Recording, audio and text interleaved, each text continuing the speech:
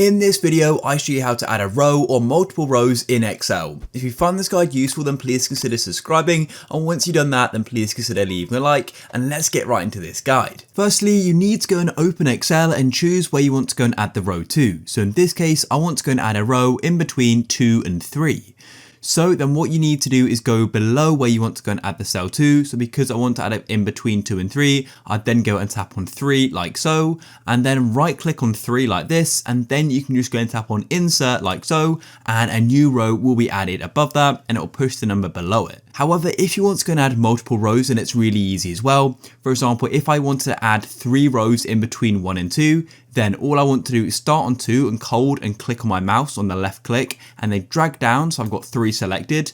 Then all I'm going to do is right click on 2 like so, and then go and tap on insert, and as you can see, 3 rows have now been added. It's that easy. If you guys found this video useful, please consider leaving a like. Peace.